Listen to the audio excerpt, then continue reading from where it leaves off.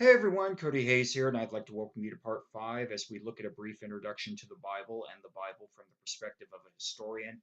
We really only have one more thing to discuss in this particular video, and that is how, in the ancient world, and this is still true even in contemporary times, it was very common to take an important figure for a particular community and to put words into his or her mouth.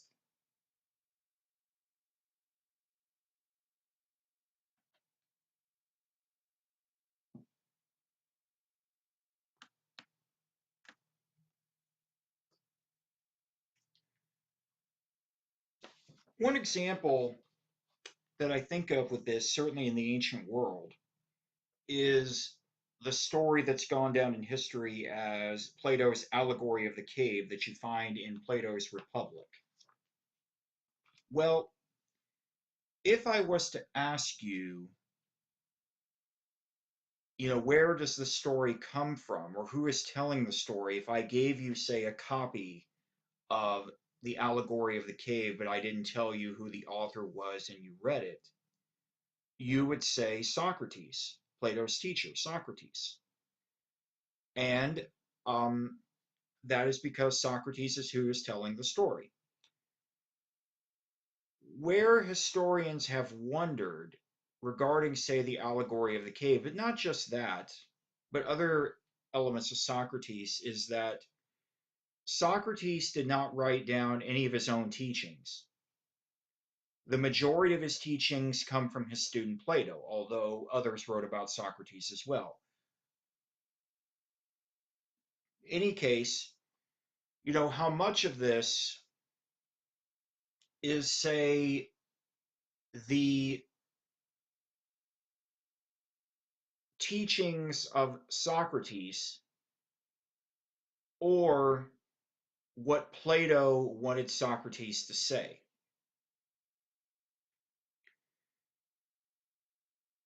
But even leaving the ancient world behind and moving to more contemporary times, many of us, as we were growing up, may have heard the story of George Washington and the cherry tree. Well, where that story comes from is an Episcopal priest named Mason Weems. And when early American historians were collecting information about Washington to produce, a biography of him, they encountered the story of the cherry tree and traced it to Weems. And then they asked Mason Weems, Father Weems, where did you get your information from? And Weems finally admitted that he made it up. To go a little bit more with the text that we will be looking at, in this case, of course, the Christian scriptures,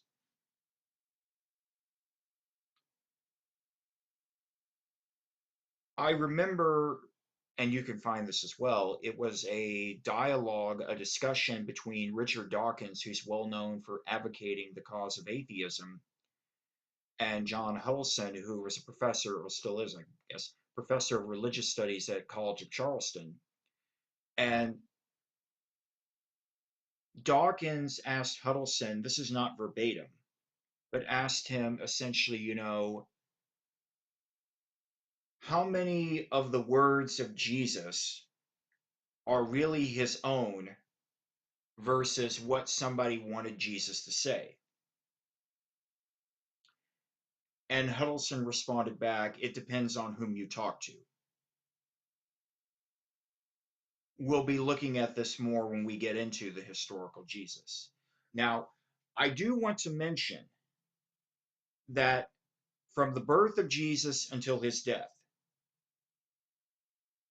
anything that is attributed to him saying, he could have potentially said. Now, of course, what he supposedly says after his death, and of course, the belief in the resurrection, that's entirely in the realm of faith. That's outside of history.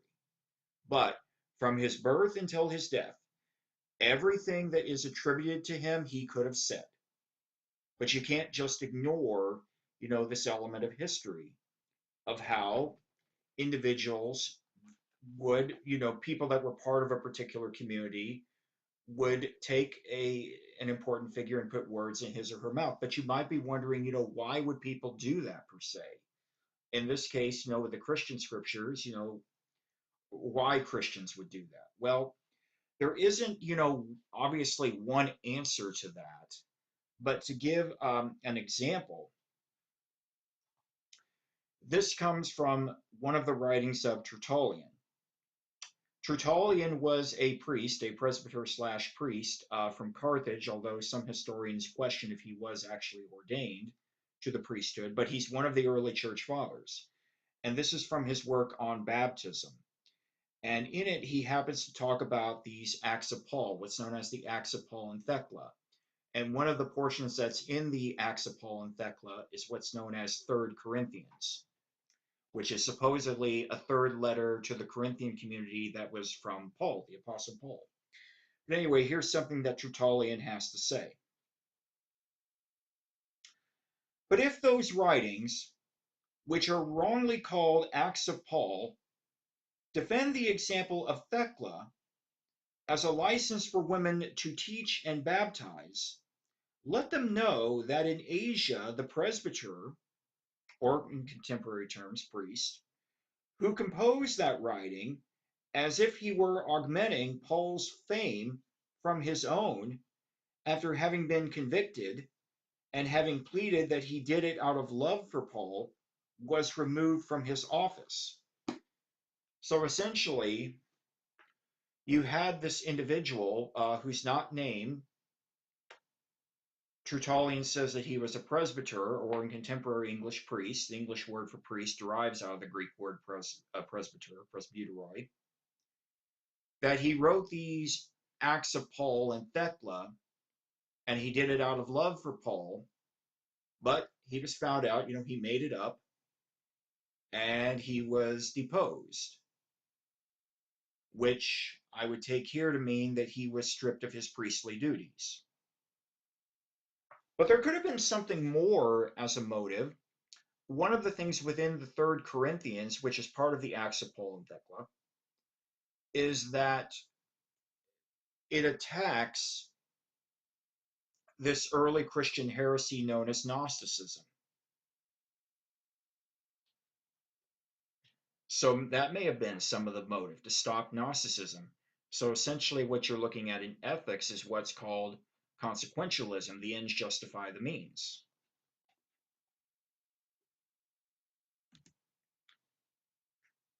Another point here to make, and the last one to make, some of what is in the Bible are just stories and nothing more. Other events described in the Bible are discussing historical events, but the authors are viewing those events through a particular religious or ideological lens.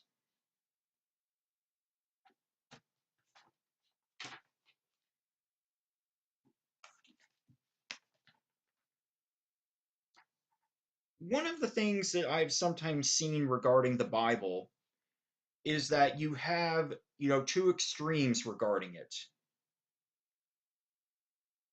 You have on one extreme the point of view that essentially everything in the Bible is true, is literally true.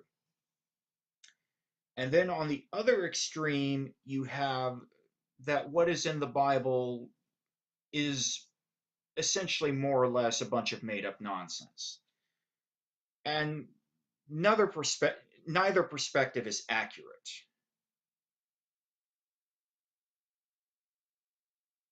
Some of what is in the Bible are just stories and nothing more.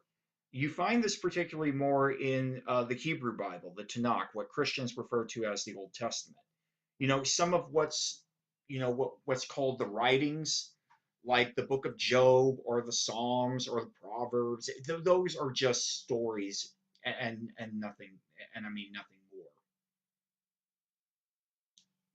And also, you do have, before you get to the monarchy period in the Bible, the area that I describe as essentially history and legend. Because until you get to the monarchy period, you don't have any outside information to collaborate the events described. Now, going though further, an example of stories and nothing more, even kind of after that period, the monarchy period, I would say that the massacre of the Amalekites is nothing more than a story. We we of course know of tribes of kingdoms, besides the Israelite kingdom, but we don't have any evidence of a group called Amalekites, and the word in Hebrew refers to blood licking. And if anything, the massacre of the Amalekites was a story and nothing more to explain why Saul lost divine favor and it's now been transferred over to David. Now, you might wonder, well, why would an author want to show a loss of divine favor by essentially creating a genocide story? And no, in contemporary times, such a story would probably not get praised very well. But back then, weren't necessarily thinking about that. Other examples I could think of, where in this case would be looking at events that did take place that were historical. You have, for example, the United Kingdom of Israel, and it does divide into two factions.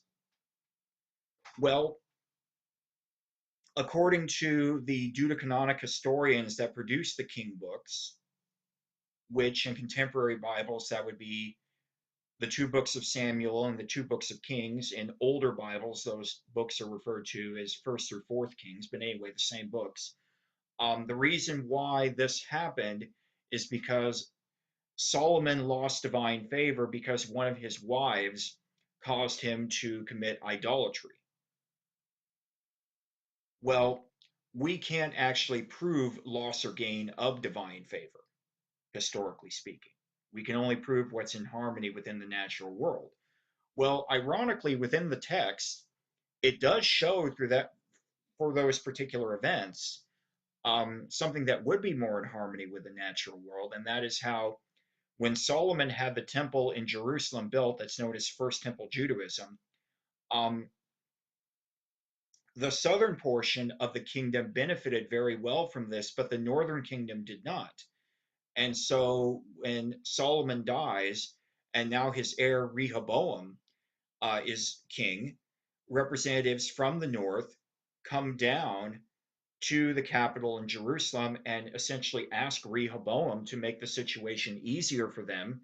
And Rehoboam gives the great diplomatic answer of no, and that's when they decide to leave. Um, to give another example of an event that was historical that did take place, the crucifixion of Jesus. That's a historical event. It's testified, has multiple testimonies of it, not just from those that would, follow Jesus, but even those outside of the Christian sphere. But the notion that Jesus and his death was for the sins of the human race, that's in the realm of faith. But his execution by crucifixion, that is very, very historic. So, anyway, that's essentially all for this particular lecture. So if you do have any questions, please feel free to send me an email. Till then, take care.